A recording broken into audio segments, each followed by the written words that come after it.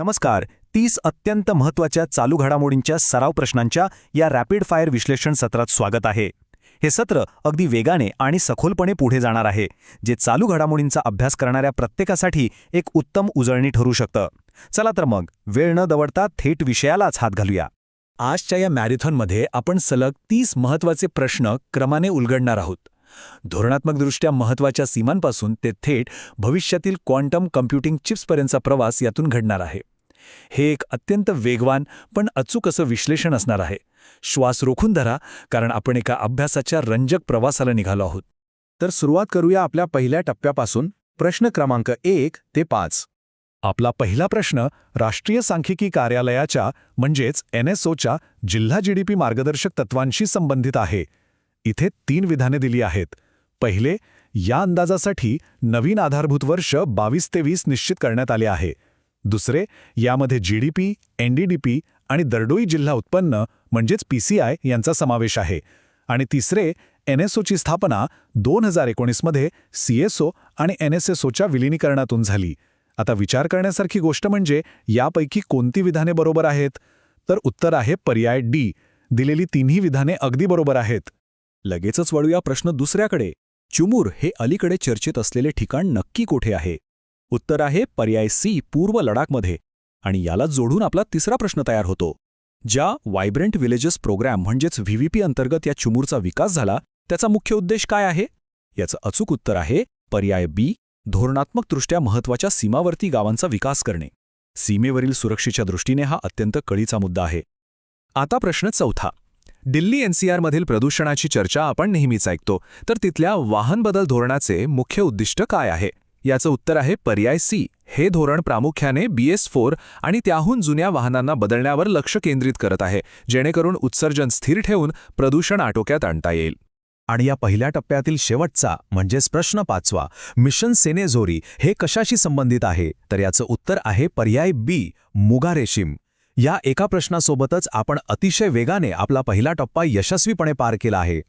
वेग असाच कायम ठेवूया आणि वळूया पुढच्या टप्प्याकडे. प्रश्न क्रमांक 6 ते 10. मागील प्रश्नाचाच धागा पकडून हा 6वा प्रश्न पाहूया.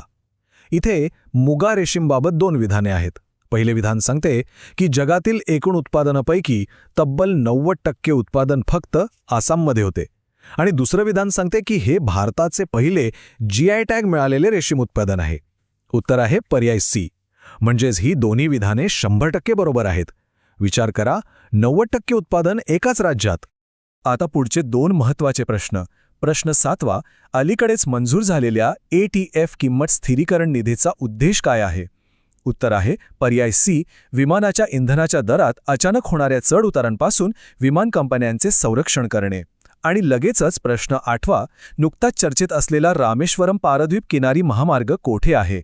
याचं साधं सरळ उत्तर आहे पर्याय C, ओडिशा.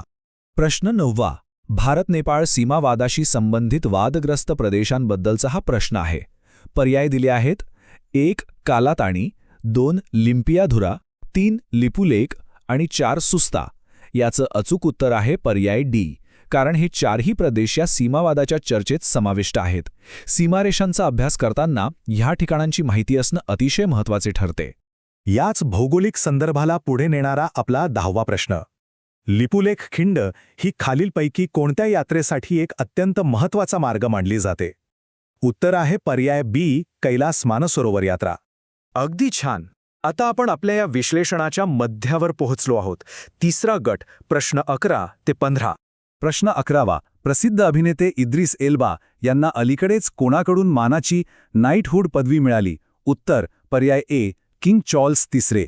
प्रश्न 12वा, फूड प्लॅनेट प्राइज 2026 विजेत्या APCNFचे पूर्ण नाव काय आहे? उत्तर पर्याय B, Andhra Pradesh community managed natural farming. नैसर्गिक शेतीतील हे एक मोठं नाव आहे. आणि प्रश्न 13वा, हे प्रतिष्ठेचे फूड प्लॅनेट प्राइज कोणाद्वारे दिले जाते? उत्तर पर्याय C, कर्ट बर्गफोर्स फाउंडेशन. या टप्प्यातील शेवटचे 2 प्रश्न. प्रश्न 14वा, नुकतेच UN मेडल ऑफ ऑनरने सन्मानित झालेले भारतीय शांतता रक्षक कोणत्या मोहिमेचा भाग आहेत? उत्तर आहे पर्याय C, UNMISS म्हणजेच संयुक्त राष्ट्र दक्षिण सुदान मोहीम. आणि प्रश्न 15वा, आशियाई U20 ॲथलेटिक्स चॅम्पियनशिप 2026चे यजमानपद कोणत्या देशाकडे आहे? उत्तर आहे पर्याय सी, हाँगकाँग. इथून पुढे आपली गाडी आता क्रीडा आणि तंत्रज्ञानाच्या ट्रॅकवर धावणार आहे. चौथा गट, प्रश्न 16 ते 20. प्रश्न 16वा, आशियाई U20 ॲथलेटिक्स चॅम्पियनशिप 2026च्या पदकतालिकेत भारताने नक्की कोणते स्थान मिळवले? अभिमानास्पद उत्तर आहे पर्याय बी, दुसरे स्थान. प्रश्न 17वा, पहिली जागतिक योगासन क्रीडा स्पर्धा कोठे आयोजित केली जात आहे? उत्तर पर्याय बी, अहमदाबाद. आणि प्रश्न 18वा, टेक जगात सतत चर्चित असलेले झांग येमिंग कशाशी संबंधित आहेत? उत्तर पर्याय सी, बाईट डान्स. ही तीच कंपनी आहे जिने टिकटॉकची निर्मिती केली आहे. आता तंत्रज्ञान क्षेत्रातील एक खरोखरच मोठी बातमी. प्रश्न 19वा, मायक्रोसॉफ्टने नुकतेच जगासमोर आणलेले मायजोराना 2 काय आहे? उत्तर पर्याय सी, ही एक अतिशय प्रगत क्वांटम कम्प्युटिंग चिप आहे. यावरूनच आपला 20वा प्रश्न तयार होतो. इथे 3 विधाने आहेत. पहिले, ही 2025मध्ये लॉन्च झालेल्या मायजोराना 1ची पुढील आवृत्ती आहे. दुसरे, यात क्विबिटला सुरक्षित ठेवण्यासाठी शीसे आधारित म्हणजेच लेड बेस्ड साहित्याचा वापर केला आहे. आणि तिसरे, मायक्रोसॉफ्टचे महत्त्वाकांक्षी उद्दिष्ट 2029 पर्यंत एक व्यावसायिक क्वांटम सिस्टम बाजारात आणण्याची आहे. आणि याचं उत्तर आहे पर्याय डी, ही तिन्हीच्या तिन्ही विधाने अगदी योग्य आहेत. तंत्रज्ञानाच्या दुनियेत ही खरोखरच क्रांती ठरू शकते. आपला पुढचा प्रवास आता संरक्षण आणि वन्यजीवनाकडे वळतोय. 5वा टप्पा, प्रश्न 21 ते 25. प्रश्न 21वा, भारतीय हवाई दलाची ताकद वाढवणारे राफेल लढाऊ विमान कोणी विकसित केले आहे? उत्तर आहे पर्याय बी, फ्रान्सच्या डॅसॉल्ट एव्हिएशनने. प्रश्न 22वा, या राफेल विमानाचे वर्गीकरण कोणत्या तांत्रिक श्रेणीत केले जाते? उत्तर पर्याय सी, 4.5 पिढीचे बहुउद्देशीय लढाऊ विमान. आणि प्रश्न 23वा, भारतीय बनावटीचे रुद्रम 2 हे काय आहे? उत्तर पर्याय सी, हे हवेतून जमिनीवर अचूक मारा करणारे क्षेपणास्त्र आहे. क्षेपणास्त्राविषयीचाच प्रश्न 24वा, हे रुद्रम 2 विकसित करण्याचे श्रेय कोणाला जाते? उत्तर आहे पर्याय सी, रिसर्च सेंटर इमारत म्हणजेच RCI, हैदराबाद. आता शस्त्रास्त्रांकडून थेट निसर्गाकडे जाऊया. प्रश्न 25वा, येलो थ्रोटेड मार्टेन हा पिवळ्या गळ्याचा प्राणी कोणत्या प्राणीकुळातील सदस्य आहे?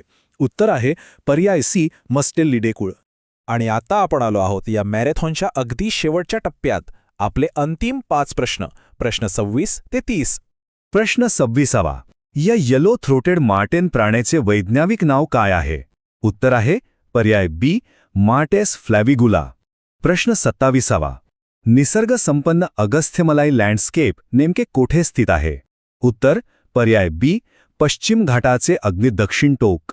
आणि प्रश्न 28वा, या महत्त्वाच्या अगस्थ्यमलाईचा युनेस्कोच्या वर्ल्ड नेटवर्क ऑफ बायोस्फिअर रिझर्व्हमध्ये कोणत्या वर्षी समावेश झाला? उत्तर आहे पर्याय सी, 2016मध्ये. या वेगवान विश्लेषणातील आता हे शेवटचे 2 प्रश्न. प्रश्न 29वा, जागतिक सायकलिंग दिन दरवर्षी कोणत्या तारखेला साजरा केला जातो? उत्तर पर्याय सी, 3 जून. आणि आपला अंतिम 30वा प्रश्न, जागतिक सायकलिंग दिन 2026ची थीम काय निश्चित करण्यात आली होती? उत्तर आहे पर्याय बी, हरित भविष्यासाठी सायकल चालवणे. आणि याचसोबत सलग 30 महत्त्वाच्या प्रश्नांची ही यादी आपण यशस्वीरित्या पूर्ण केली आहे. आता या रॅपिड फायर विश्लेषणाच्या शेवटी एक अतिशय महत्त्वाचा विचार. ह्या 30 अत्यंत महत्त्वाच्या तथ्यांपैकी किती तथ्य आता स्मरणात अगदी पक्की बसली आहेत?